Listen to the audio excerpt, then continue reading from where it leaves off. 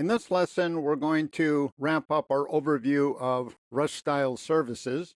In particular, I'd like to highlight what's good and not so good about such services. Like everything else in computing, there are pluses and minuses, so I'd like to touch on those two topics.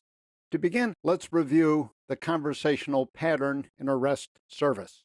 So I've got the cursor set in the working file, rest2.txt, to this line, and this depicts a request that goes from a client written in whatever language to a RESTful service written in whatever language.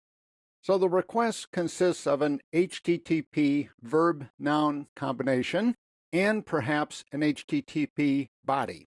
So let me clarify. A GET request in HTTP does not have a body. So basically, all of the information has to come in the so-called start line, which we've seen before. So in this case, get Acme products. This is a read request.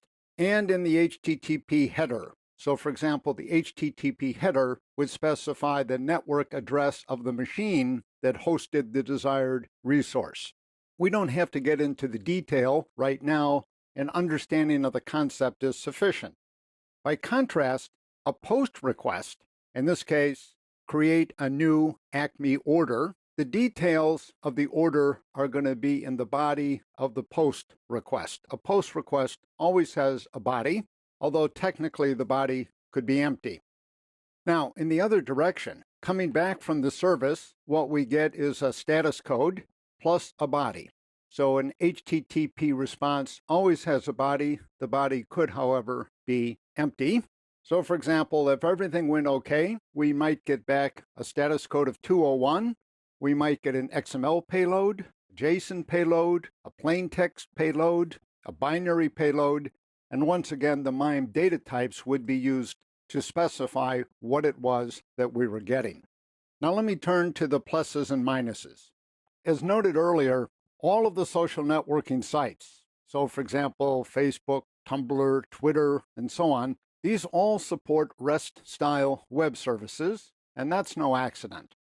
If you're supporting a REST-style service, you're obligated, in effect, to send back information, typically in document form.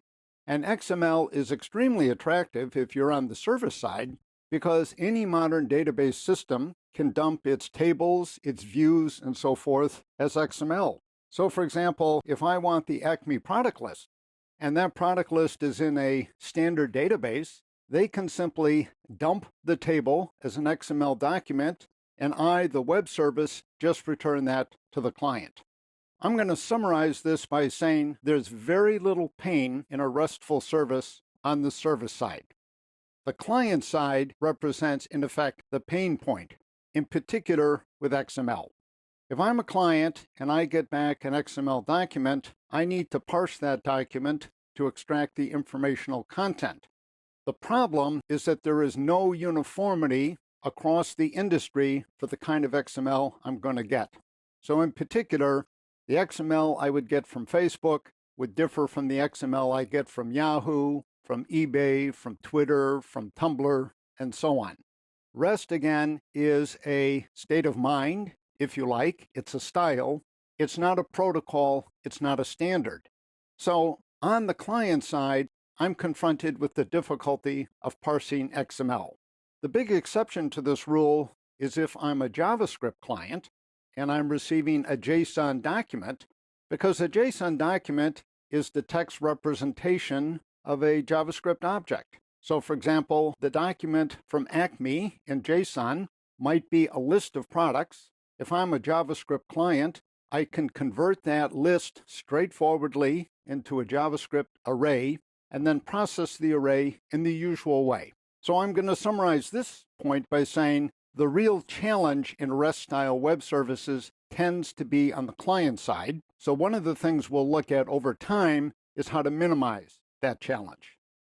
So what I'm doing in this slide is summarizing the points that we've hit so far. I'm depicting, for example, the conversational flow from the client to the service and from the service back to the client. I'm summarizing the CRUD operations, as you can see over on the left-hand side. And on the right-hand side, I talk a little bit about what one can expect in an HTTP response in a REST-style web service.